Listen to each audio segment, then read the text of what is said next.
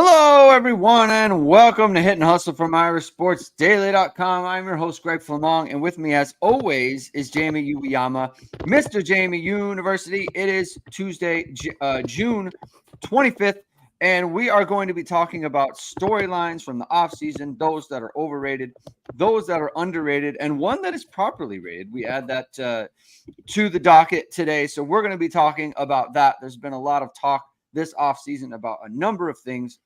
And we have some issue with some of the talking points and some that we believe are a little bit under the radar for Notre Dame football. So that's going to be our show today. Thank you, everyone, for tuning in. If this is your first time catching our show, please hit the like button. Please hit subscribe.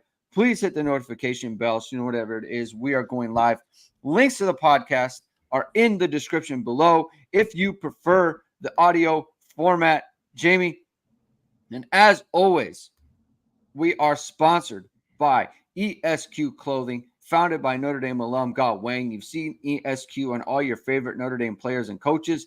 With over a decade of making the best custom clothing available, ESQ will help you look and feel your best in 2024. From a perfect fitting suit or sport coat, shirt or bomber jacket, or the perfect tuxedo for wedding season, check out Ge's amazing work at esqclothing.com. Book an appointment to upgrade your wardrobe today. Mention ISD and get 10% off your entire purchase. Jamie, how you doing on this glorious June summer day? How are you doing? I'm doing great. Doing great. Enjoying the summer. Enjoying the summer. Jamie's having a good time. There's a lot of activity in the chat already. People talking about wide receivers. Let me ask you this, okay? Matt McCarthy says storyline at wide receiver. Jamie, most expect the room to be substantially better than last year, but Mitchell will be facing much better competition. Collins wasn't a go-to at wide receiver at Clemson. CFB Hertz says the performance of wide receivers has to be top three. So do you think the storyline about Notre Dame's wide receivers, I think most people expect a big improvement. Do you think that is overrated or an underrated or a properly rated kind of storyline for the Notre Dame offseason so far? Well, it seems like they think it's overrated, but I think it's underrated because, first of all, Mitchell and Collins, just because of that, of those situations, Mitchell doesn't have to be the same Mitchell that he was at Florida International for that to be an upgrade at Notre Dame. I don't know if you guys watched Notre Dame last year, guys, but that would still be, even if he does half of that, it's an upgrade over Rico Flores at the field. It is. And Bo Collins, let's just say Bo Collins is the exact same guy that he was at Clemson. You know, could be better. I think he's got a chance to be better, but just say he was the exact same guy. That is an upgrade over what Notre Dame had at the boundary last year. And this is something I was talking about with Mike on Power Hour too. Like, Jane Thomas went to the season last year as wide receiver 1 for Notre Dame. He might not start for Notre Dame this year. He might be the 4th or 5th guy. Like that is a possibility. He could be the second guy or whatever. I don't know, right? That could happen, but I'm just saying it's not a guarantee, where before it was like kind of by default they had it. So, I mean, you're adding guys that I think at least can be of a certain level. So that has already improved, Notre Dame adding guys like Mitchell and Collins. And it's not even the expectation that these guys are going to be all Americans or just total studs, whatever. Like, we'll see what happens. But Jaden Greathouse is better. He is going to be a factor this year. That's a guy who's going to be better. Jordan Faison is going to be better than he was last year. So just right there, those two right there with the other guys added and hopefully a healthy Thomas is already a better group than they had last year. And that's not even taking account like Micah Gilbert possibly helping out, or we'll see what they get out of Deion Colsey, and we'll see whatever with some of these other guys, but like, they're better. That is, it's not even debatable. Like, it is a fact, right? And and then we'll see what happens with some of these young guys and where they can go with their ceiling. But they at least went from being like, oh man, this is like a serious problem. Like they're going to have trouble practicing this week to like, Jaden Thomas might not start, right? Like that. Yeah. Like you're going, it's just magnitudes, different types of problems that you have, right? And I think the biggest thing is Brad Klostermeyer. I think one of his a storyline that he's looking at, and like I think is also properly rated in here is like, will the offense indeed take the step needed to convince people they are a threat in playoff games? And I think this kind of blends into the wide receiver conversation. You got to be explosive. Are they going to be able to be explosive and be an explosive passing game, being explosive? I think the running game as well, like that goes a lot into it. I don't think people doubt their explosiveness with Jeremiah Love, Jadarian Price, and Riley Leonard getting a whole bunch of reps in the running game there. What can they do in the passing game? I think that's the biggest question for the wideouts, right? Like I think the Riley volume Leonard as well. Yeah. Right. Like I think the volume and being able to find players that are getting open, right? Like I think the consistency of getting open is one thing. Can you stretch teams vertically is going to be the biggest thing. Run after catch. Can you make plays after the catch? Can you create explosives out of nothing? That's like the biggest thing. And that's a properly rated aspect. And I think someone had an offensive line question. And so I'll just put it up right now. Like we were talking before the show, properly rated. This is the one that was like, hey, everyone's talking about this, rightly so. This isn't overrated. This isn't underrated. This is properly rated. Notre Dame's offensive line concerns. They're going to have 2 new tackles. We don't know what's going on with the non-Billy Strouth guard position in terms of, is it going to be Rocco Spindler? Is it going to be Pat Coogan, right? Can someone like Sullivan Absher, can he kind of make a play for something like that? Can Sam Pendleton, can he get in there and get in the mix? We don't know who's actually going to be the other guard for Notre Dame. It's a lot of questions for the offensive line. You had it under properly rated, so why don't you go in on your thoughts on that? Yeah, like it is, because it is properly rated because people have concerns and they should have concerns because it's just unknown, right? Like, and it's not to say that there's a talent, there aren't options. Yeah. Like I think that Notre Dame will be more than fine. They're probably going to be better at left guard this year than they were last year. Like I have no doubts about that, but it's figuring out who's the best guy there. And then is that guy going to be that guy the whole season? Are you going to go through a thing where, someone's going to take over that spot? Are they going to split it? And similarly at tackle, you have a battle there at right tackle to see who's going to win that job. And we don't know if, let's just say Wagner wins the job. And he's that guy. Well, is he going to keep the job? Is he going to keep the job throughout? Is it even going to be Tosh Baker who takes it away from him? Is it going to be someone like Anthony Knapp? Or is Gerby Lambert going to come and be like, we have no idea on Lambert yet. We just have to wait and see. But there's a lot of that. And I think because of who they're playing, they could have played, if they played, like, say, the schedule last year at the beginning of the year, if this was that this year, you'd look at it and you'd be like, wow, we really don't know about these guys until they get to Ohio State. And this year, it's like, well, you're going to learn right away because they're playing Texas A&M's defense and they're playing that pass rush.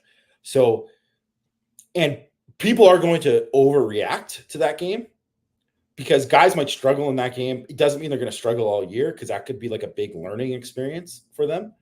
But it also could be a thing where it's like, all of a sudden Charles Jugusah comes in and you're like, wow, he really handled it. That This dude set it in stone. This guy's going to, it's arrow pointing up for him. Right. So there's all that kind of stuff that we're going to find out. But the problem is that let's just say they don't do well in pass pro. I don't think there's going to be a lot of just straight dropbacks in that game. There's not going to be. Let's just say they don't do well in that game, then it's going to be like, okay, well, now you're going to face Louisville. Well, they got some dudes. How are you going to do against Louisville? I'm going to go play Florida State. Well, they got some dudes, right? Because if you look at who Notre Dame is playing this year, they don't play a lot of like top receivers. They don't play a lot of top quarterbacks. They don't play, frankly, that many like just top corners and all that. It's not as obvious as it was like last year with the schedule. But what they do play is like, over a handful of NFL quality edge rushers, guys who are going to play in the league. Some guys are going to be top picks. So how are they going to handle that? That's why it's totally a fair, properly rated concern. Because until you can prove that you can block those guys, then it's going to remain a concern. Yeah.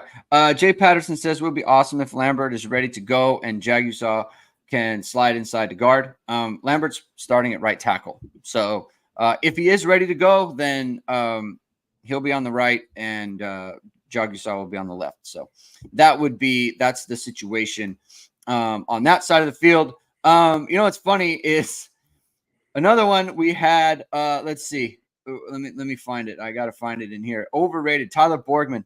Overrated says Wagner's weight. Give it a rest, for crying out loud. Guess what? It's on our list. Emil Wagner's weight. It's just stop. Okay. When he was like 280, I think it was fair. Now that he's 290 or whatever it might be, 292, 291 and a half. And not just that, but you've seen him in person. He looks bigger. He looks fine. I think wherever he's at now, and that's his weight. And it's like, is he good or is he not good? That's the question that everyone should have about Emil Wagner at this point. Is he a good tackle? Can he do the job at whatever weight he's at right now? If he can, great. I don't care. To me, it doesn't matter what it means for his draft stock. Not interested. It's not relevant to this show or Notre Dame or however well they're going to play. Okay. It's the only thing is like, can he play? Is he good? And if he's good, doesn't matter what he weighs. I think he's at a weight now where it's like, you know what? It's not going to preclude him from being a good football player. Now it's just a matter of actually being good. What's your take on this, Jane? Yeah, it's totally overrated. Like, it was just, I don't want to call anybody out, but somebody on our message board on ICMS board made a big post about the fact that it was a 2 pound difference. 2 pounds? Like, in what world is 2 pounds of difference for, unless we're talking about baby weight? It's not a thing that it matters, right? And frankly, like, if a guy is 290 pounds, would it be, like I mean, of course we talked about it on Power Hour too. Like, if he was 310, great. That'd be better than if he was 310. But it's like, if he's 290 or 295 or 289 or 300, how does he play? Because it doesn't mean that because Tosh Baker is 320 that he's better than Wagner. Yeah. Like, he might be better, but that doesn't mean anything, right? You got to go out and play. And there's been guys, a number of them, who've played sub 300 and been good players. Like, that happens. So, but I mean, there's some guys that can't play at that weight and do it. So you just have to wait and see. But, I mean, you can even look at, just say, like, I mean, it's obviously a different position, but, Jason Kelsey's 280 pounds as a center. And yet somehow this guy blocks like, 330 pound nose guards every week, right? He's got to do it. Well, and he's in the Hall of Fame. He's going to go in the Hall of Fame, right? So it's different for different people. I think it's totally overrated. If he was still like in the 270 range or something, they'd be like, yeah, okay, he's never going to play. Like, right. Yeah, I get it. But that hasn't been the case. He's like steadily built up. And then the other thing is that, he was listed light at the thing. We're like, okay, well, that's something. And then they asked him what he was. And he's like, oh, I'm 292. So just how about like let's get to the fall, let's get to August, let's see him play, let's see if he can win the job, and then we can assess as we go along. Yeah, we don't need to track it anymore. He's fine. The weight is not it. It's just how is he playing? That's where it is. Before there was a weight where it was like, this is not tenable. It doesn't matter how good you are. You can't do it. We're no longer in that place. Let's see how he plays. And that's where we're going to go with things. Underrated.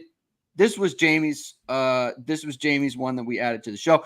Notre Dame's level on defense. Jamie, tell us why you think Notre Dame's defense is underrated. I think this is probably maybe a little bit on from the fan base, but like a national level for sure. Like I don't think people truly understand like how good Notre Dame's defense could be. Why don't you talk about that?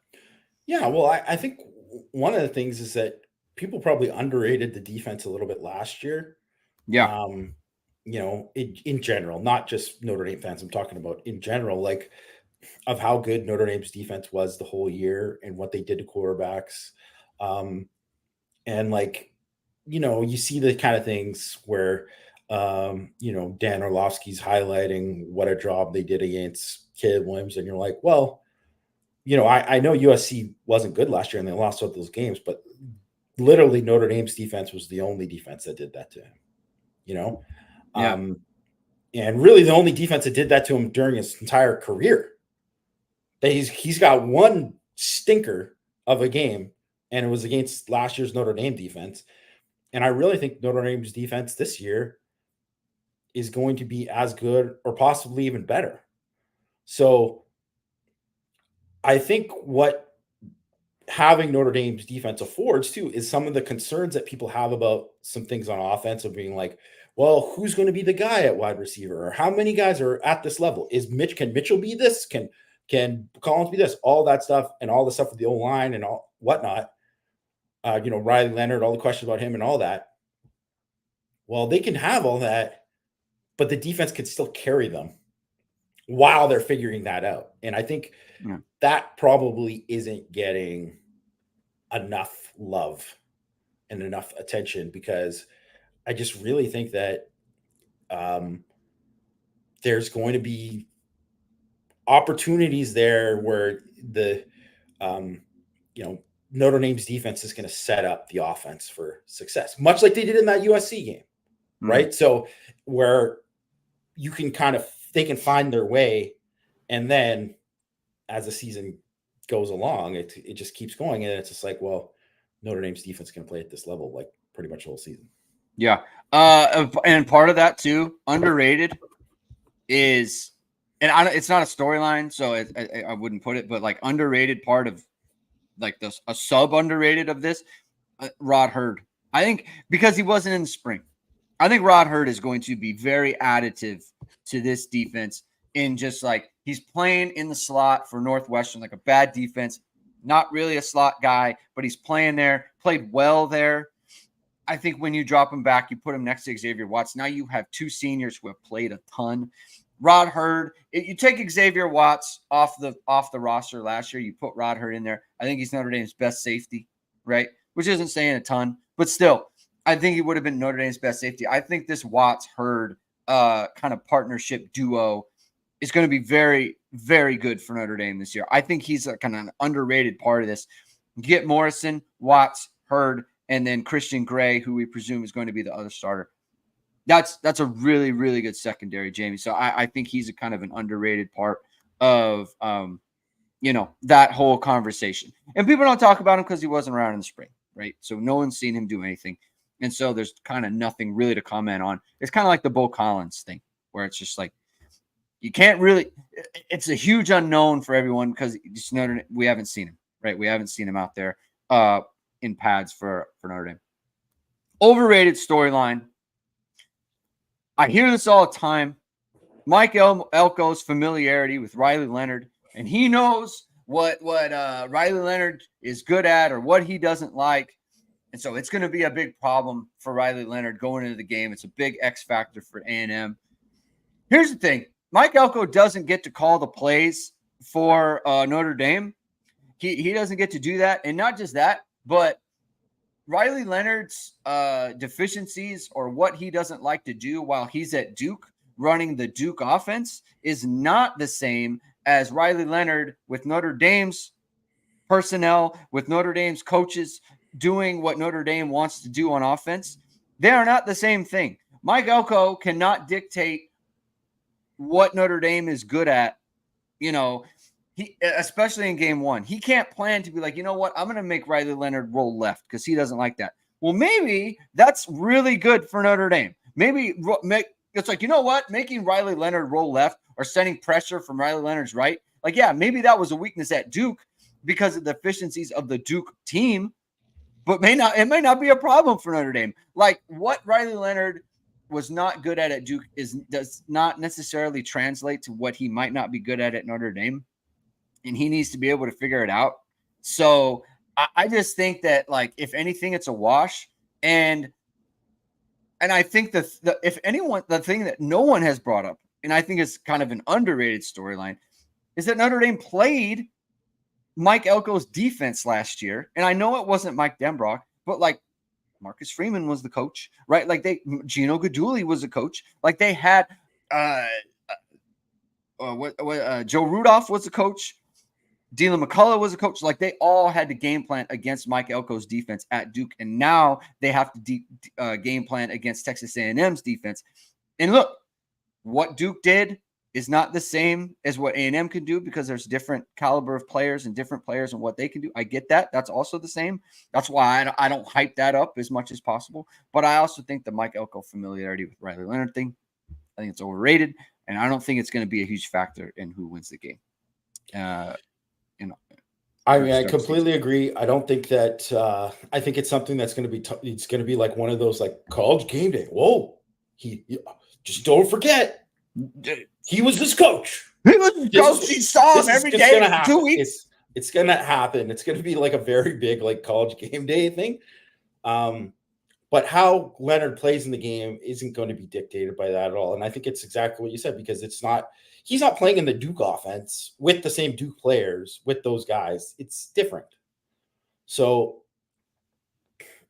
and Elko, I think on the other hand too, it's like, well, I'm sorry, Texas A&M is better players than Duke on defense too. So it's like, it's different. So it's like, well, you got to worry about this guy. It's like, it changes everything, right? It changes everything. So it's just, I don't know, like in the end, you're going to go into the game too, and there's going to be adjustments made.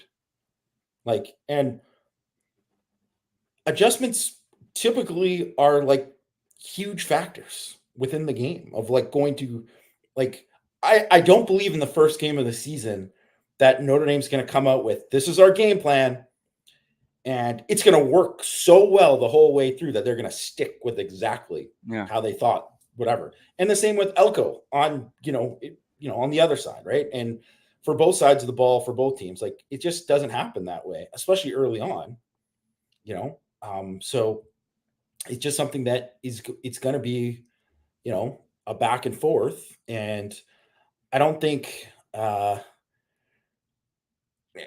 is somewhat, if you said like, man, I'm not confident in Riley Leonard, like making the deep throws. So it's like, okay, we're going to like dare them to throw deep or whatever. And that's fine. They could do that. But I mean, just because that was how it was at Duke doesn't mean that's going to be that way for Cam at Notre Dame with these players. So we have to wait and see.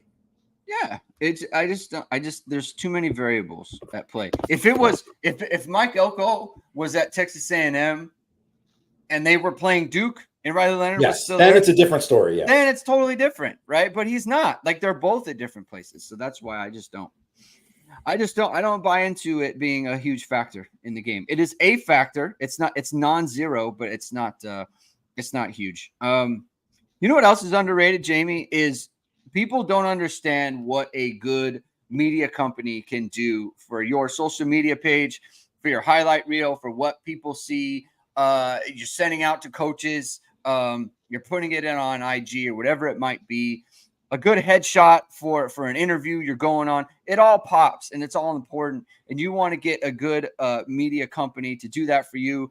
And if that's what you're looking for, then VSR Media is the place Founded by Notre Dame football pregame host and Emmy Award-winning anchor Vahid Sadwazadeh, VSR Media provides professional and cinematic video and photo. Whether you're looking for a collegiate or pro-level highlight reel, have a personal story to tell, or aiming to diversify and grow your business, VSR Media specializes in short and long-form video storytelling, social media management, and website design. VSR Media also captures professional headshots, senior and sports photos. Contact them at vsrmediacompany.com. Mention Irish Sports Daily to receive 20% off your first project. Visit them online or give them a call at 574-800-9106. Let's go to underrated, the pass rush, Jamie. And not underrated on this show now, okay? Because I think I'm on record as saying they're going to be awesome. But I think it's underrated within the fan base. I don't think people talk about the pass rush very often. You wanted to put this in. Tell us why you think it's an underrated storyline for Notre Dame fans. First of all, I'm just insulted. Blayberg, overrated barbecue brisket. Get out of here. Properly rated. It's delicious. The pass rush. Yes, underrated. One, I think it's because people aren't taking into account. Maybe Notre Dame fans are, but maybe not outside of Notre Dame fans aren't taking into account like the development of certain players. So, I mean, I think everybody kind of knows, like, we're on the Boubacar Traore train. Like, it's a real thing. He is going to be a very good pass rusher. He's going to make an impact this year. So he's wearing number 5, Jamie. I mean, my goodness. I mean, he better. He has to. He has to live up to it when he's putting on that number. And then I think like Sneed is going to be a much better pass rusher than he was last year. And I think that's another piece of it too. And then you still have Cross, who was one of the best interior pass rushers in the country. Mills also is a very, very good interior pass rusher as well. And Oben, it's kind of already brushed aside too. He is also a very, very good pass rusher. They are better across the board. On third down, they are going to be better across the board rushing the passer. And it's not even to say that like Botello might not look more like the guy that he was previously the year before when he's a little bit healthier, and some of the other guys too, because I do think there is like more meat on the bone for guys like Burnham and stuff too, right? So I just really think it's going to be a very, very good this year, where it was like, it's probably better than you think last year, probably like because the sack numbers weren't like massive, so it didn't really gain the attention of people, but like the pressure number was good. Obviously they brought extra people, but I mean, it worked and it was effective, right? They rushed 5 and they get pressure. So, I mean, it doesn't have to, there's different ways to skin a cat, right? So I think that it's going to be more of a storyline this year, where I think you're going to see like, whereas like last year was closer to that 2017 kind of pass rush, and where they made a jump in 2018 because, some of these guys developed, like Kareem, Aquara, those guys took big jumps there. And Tillery certainly hit a different level too. He was good in 2017, but to hit a different level. So I think you're going to see some of that this year. I think too, like, I think just the different ways and options that Notre Dame can create pressure, right? I think everyone's kind of looking for like that special, that special season, be it from RJ Oben or Boubacar, here's the thing, that's in play, but you also have all these other ways for Notre Dame to create pressures. And like Al Golden's now in his 3rd year at Notre Dame. Like he's really getting a feel for the personnel. He's getting a feel for what college players can do and what they can take in and how they're able to execute the schemes that he wants to run.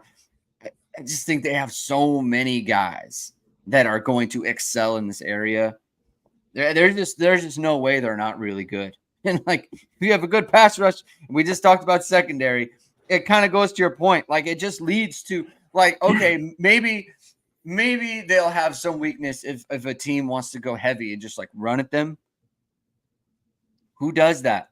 Like, no one does that. And no one who is like really good is trying to do that. So I just think it's just going to lead to really good outcomes. And that's why we're saying it's underrated. The defense as a whole and all parts of it. Overrated storyline. Notre Dame's weak schedule. Everyone's talking about how weak Notre Dame's schedule is. And we do this all the time. And then the season starts, and it's like, oh, who's actually pretty good is X team, right? This like always happens. This happens all the time. Like when before the season, it was okay. Before last year, you have the lead in, you have Ohio State, and then you have Duke will be feisty. They were the feisty team. Louisville's not. They're people gloss over Louisville, and then it's USC, right? Well, it turned out that Duke goes and beats Clemson, and they were really good at the time before Riley Leonard gets hurt. And then Louisville turns into this team that's like, in the ACC championship game, right? It's like really good on the road. Yeah, they started 10-1. Yeah, like it's just a really good team, right? Like this talk about the schedule is just, it's just not. There's no point in talking about it. We don't know. This happens all the time, where we think someone's going to be really good. The 2018, Notre Dame's got to go to Virginia Tech at night. Oh, that's going to be bad. Virginia Tech's like not that good, right? Like it just Florida State. They're coming in. They're going to bet, and Florida State's not that good. We just we don't know in college football, especially now with the portal. Injuries. Things always come up. So I just think it's an overrated talking point. Sure, on paper, like they don't have the name program. Like I don't know, like there's no Ohio State this year, right? There's no Ohio Georgia, State, there's no Georgia, but like we just don't know. Like, and so I think people really shouldn't talk about it. That's where I come up. I do think that is we tend to do that right where you look ahead and you think that teams aren't going to be as good or no one was saying Marshall, right. And yes, should they have lost to Marshall? No, they should not have lost to Marshall. But when you go back and look at where Marshall's defense was, it was a top 15 defense in the country at the end of the year. So that, even though there was a lot of things on offense that was like wrong with that, but he didn't get properly judged when looking at it. And I think that's something that it changes all the time, right? Mm-hmm. It changes all the time. So it's fluid and you don't know. Some teams are going to be better than expected. Some teams are going to be worse. I will say though, like not having those kind of like more blue bloods on the schedule, that is just changes the whole perception of it. That's the main thing, right? It's just because there's not that game where it's like, man, Notre Dame would do really well to win that game. You know? So because like put it this way, even if so Miami they were supposed to play they were playing Miami, Ohio this year, right. But they were supposed to play Miami, Florida, right, this year. And that got taken off the schedule. Well, now, like I don't know if people saw it, but like Bruce Feldman picked them to make the playoff. And I don't know, whatever. I don't know how good Miami's going to be this year. Mm-hmm. I haven't dove deep enough. I know they added a ton in the portal, right? I know they added a ton in the portal, but like if they are, let's just say Miami could be like a top 15 team. Well, that changes how you look at it, right? And everything. Jacob Pauls, I wouldn't say Miami hires this year's Duke. The offense of Duke is like, Riley Leonard was a problem as a runner, and that would prove to be a fact. And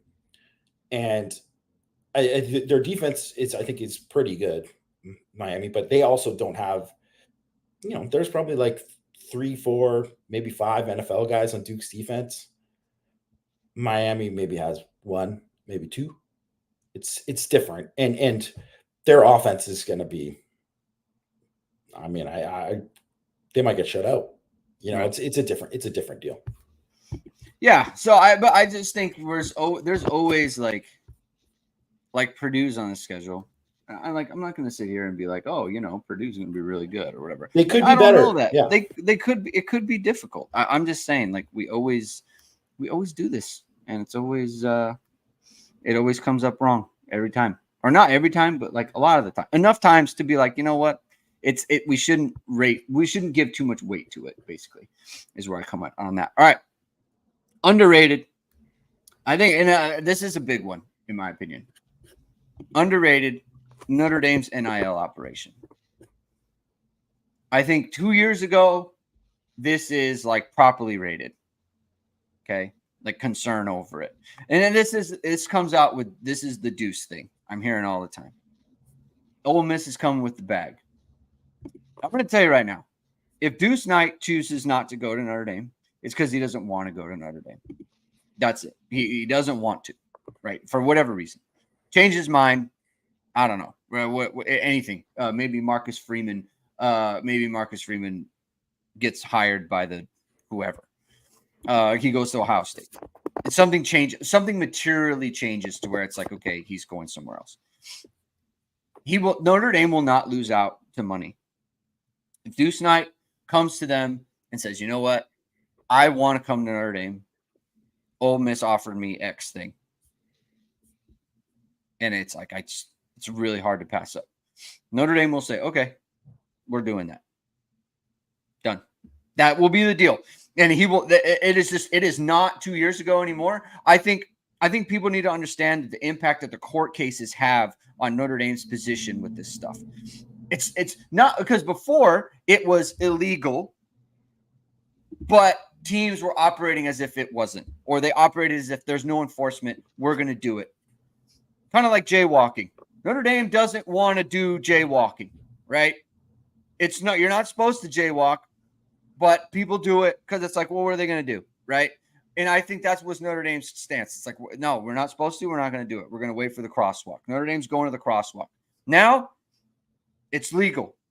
It's totally legal. It's been ruled on. There's no one coming like, oh, if someone checks on this, that's not a deal. It's not. And I think there's a difference between the way Notre Dame will go about it and the way other teams will go about it, but the end game is the same. And I think the thing that people need to understand with Notre Dame and the way they're running their NIL is like, they are never going to get in on a player who is like, it's just straight up, I'm going to highest bidder. No. Notre Dame, you got to want to go to Notre Dame. You got to buy into Notre Dame. You got to buy into the program. You got to buy basically all the things that Deuce is doing, coming all the time. He's visiting all the time, talking to recruits, throwing to recruits who may not even end up in the class, like coming multiple weeks in succession when he doesn't have to. Like, that's all. He's buying into the school. Notre Dame will 100% invest in that type of player. But if it's like, hey, I'm just bidding for the sake of bidding, Notre Dame's going to step back and be like, wait. If you don't really want to come here, then don't worry about it. Like, go, right? Then just go somewhere else. But it's not going to be, hey, I want to go to Notre Dame, but you're not paying money, and they are. So therefore, I'm going there. I'm going to go to this other place. That's no longer the reality anymore, Jamie. And I don't believe that to be true. Notre Dame is not losing Deuce for money. That's not going to happen. If he really wants to go to Notre Dame, that won't be the deal. They will not be outbid. That is my take. And I think Notre Dame's entire operation at this point is underrated. I don't think people understand where Notre Dame is in the space. Well, I don't think it's like a case of like they won't be outbid or anything like that, because I don't think like Notre Dame's always going to be like, oh, get this. It's like, well, bring in the coupon and we'll match it. Like, I don't think it's always going to be like that, but it's good.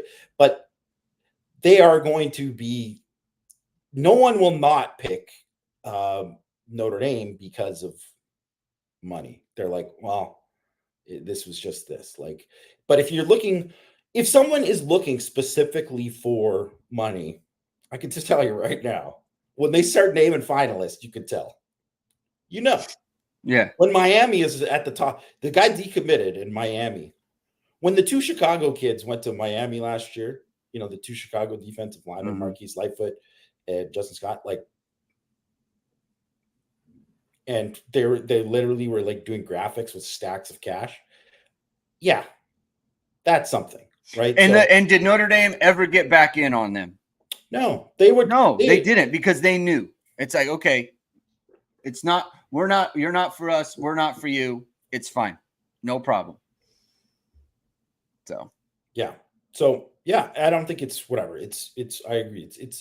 It's an underrated part. It's just something that I don't think people ever have to kind of bring up again as like a reason for whatever. And it's not to say that Ole Miss might not throw a bunch of money, but I do know a little bit about how Ole Miss's like NIL works.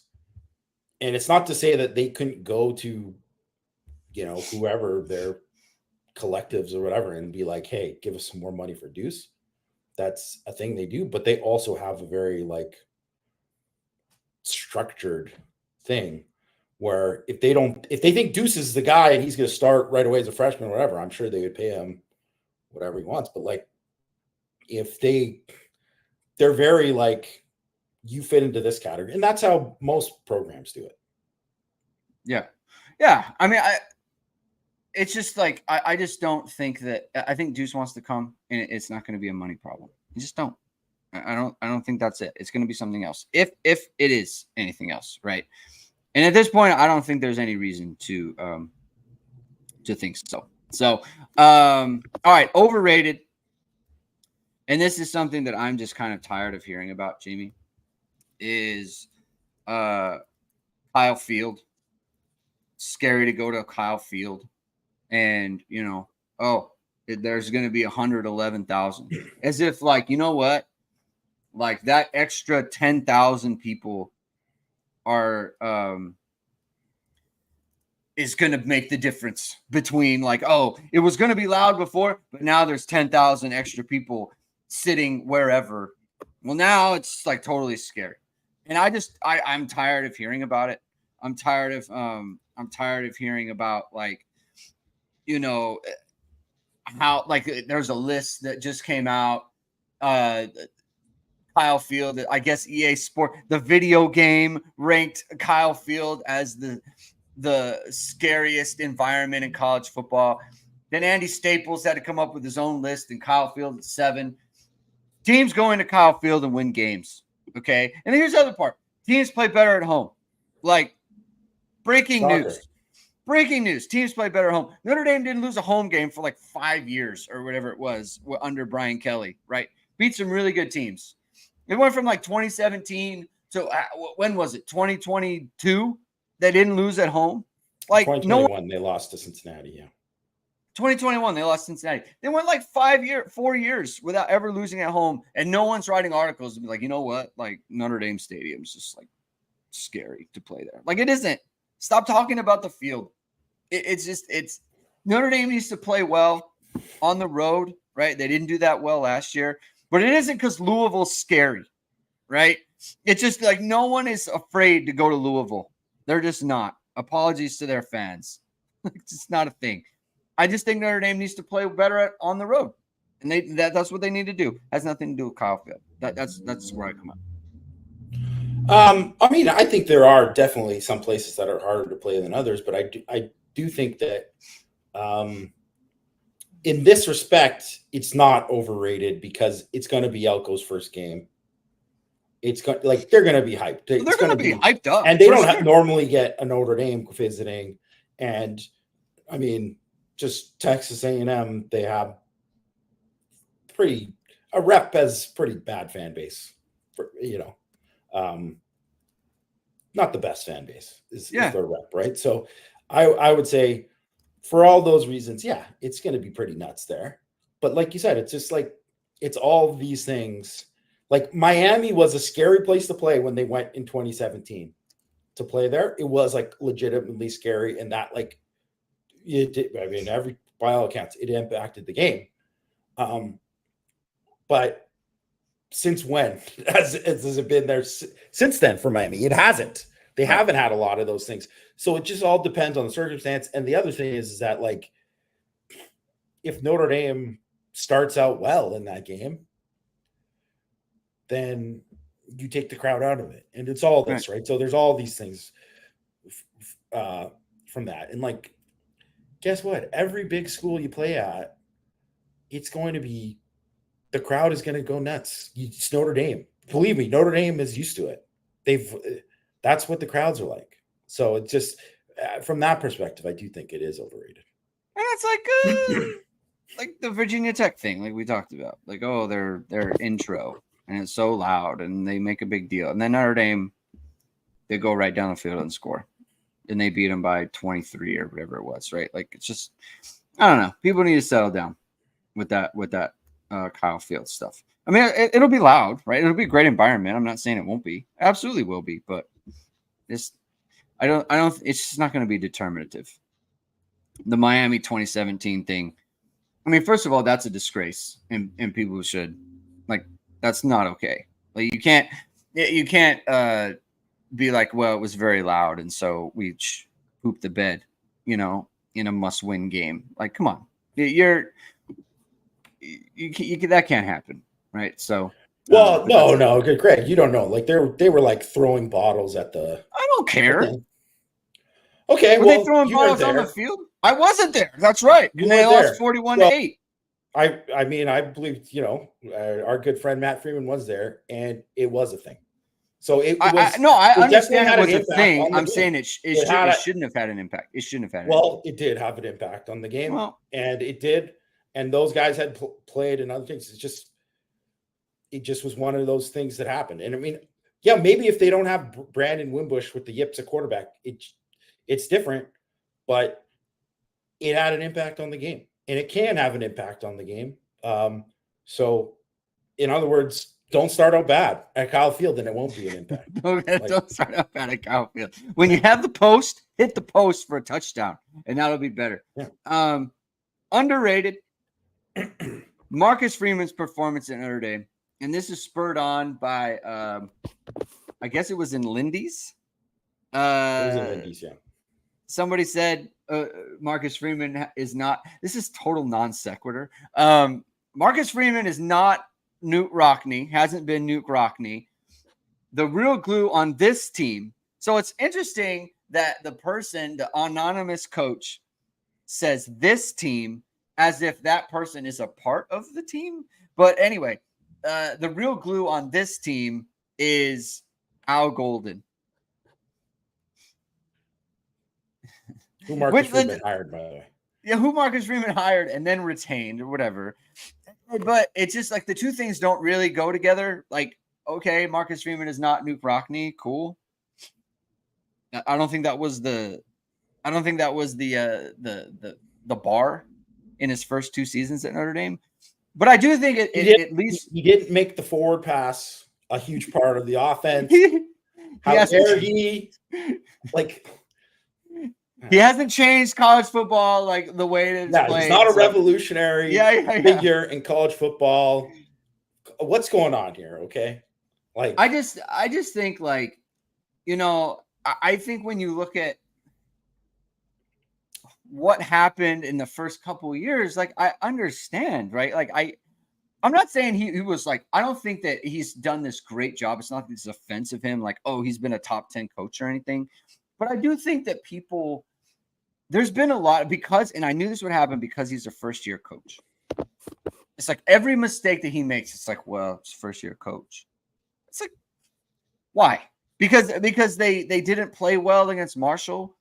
When the year before, the same thing happened to Brian Kelly with Toledo, who they should have lost to if the kid takes a knee. Like they had a letdown game in that one too. Like they had a letdown game coming off of Florida State. against the MAC school. Brian Kelly happened to win. Marcus Freeman happened to lose. But it wasn't because he was a first-year coach. It's just because that sort of thing happens sometimes. And like, I think all the things that the challenges that have come before Marcus Freeman are basically standard for lots of coaches. And some things he handled good, and some things he didn't handle so good. And he moves forward. But to go 9-4 and to go 10-3, like, I think people think that like any coach could have done that. And I don't believe that's true. And in fact, I think a bad coach probably would have been a little better than 500, a bad coach, or 500, period. Right? Like, I see a lot of this, like, Marcus Freeman doesn't have it stuff. Like, that's another conversation that comes up. And I just think, like, why do you say that? Like, why? Because they made some mistake in a big game. Like, even the 10 men on the field thing, like, that's obviously not good, and it reflects poorly on Marcus Freeman. But really, that's not, the head coach isn't doing the head count on defense. You know what I mean? Like, he is not, that's not his deal. And it reflects poorly, and it would reflect poorly on any head coach. But it's not, like, to me, stuff like that isn't like, well, he's a bad coach. Like, to me, it's like, you'd be a bad coach if the rest of the season fell apart. Oh yeah. You know, if they didn't come back and beat Duke, right? If they didn't, you know, kind of persevere through that. If they didn't come back against USC and completely dominate them, right? Like, that's what a bad coach does. And so I think there's a lot to take away from Marcus Freeman. Now, he has a lot to prove, right? Like, there's a difference between being a good coach and a great coach. And I think he has to take that leap. But like, I think the way that people think about him is like anyone could be doing the things that he's doing at Notre Dame. And I just don't think that's true. So in that sense, I do think he's been underrated in his time at Notre Dame so far. Yeah, I mean, I don't know. I think it's all, so much of it is incomplete. I actually kind of thought it's just, you know, whatever. And I don't mean this as like a shot at Tyler Horka, because I think Tyler Horka does a good job of getting engagement from his tweets. He makes very bold, wow, pointed, like, I'm like, pointed? The guy was an anonymous coach saying this. And I know people are joking around like, oh, it was Tommy Rees or it was Brian Kelly. It was probably another coach in the ACC who's they've played against. Right. Something. Right. It's somebody they've played against, you know, and actually saying that he's not, you know, the way the guy said it, of being like, he's the glue that, or, you know, Al Golden's the glue. It's like, well, Al Golden's pretty great. So, okay. And also saying that any coach is not Knute Rockne. Well, yeah. You know, not that I'm going to pull up not Knute Rockne's first 2 years or whatever, right, to compare, but, you know, he won 19. I mean, Marcus Freeman won 19 games in his first 2 years. It's not bad. Certainly not bad. You know, it's obviously what he does from here and all this kind of stuff too. But it's like, well, no one was like, man, we got to get Al Golden in the college game. We got to get this guy as our DC. No one was saying that. So if Al Golden's guy, he's the guy who hired him. There were tons of questions about Al Golden. Like, people did not love the hire. It was just like, fine, right? Like, fine. People wanted lots of other guys. Yeah. No one was thinking that. Also, like, no one was thinking that Notre Dame was going to go and, you know, get Mike Denbrock to come from LSU after that. Oh, he's going to leave LSU. No. Like, a bunch of people just shot it down before it even became a thing. Dismissed it out of hand. Yeah. Yeah. So I don't know. And like, I think Marcus Freeman has done a really good job setting themselves up to do well this year and in the future going forward. He's got to prove it. And it is a thing that you've got to like have, it would be consistent with it. But I don't think that this is a thing where anyone who knows where the status of the program, the status of the roster that was left for Marcus Freeman, it's misleading because people thought that they won 11 games. So, I mean, the roster's loaded, but there's a reason they only had, 5 guys picked right in 2 drafts, right? Like, they didn't have enough guys. It wasn't set up for that. There was too many misses in recruiting.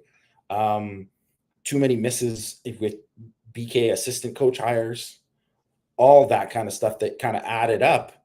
And so now it's like been putting the pieces of that together. And I think they're in a good spot right now. And yeah, you got to go out and prove it. But and if they don't make the playoff this year, then you can have a different kind of conversation. And no matter how the year goes, you can have another conversation about Marcus Freeman. But yeah, I do think he's done a pretty good job.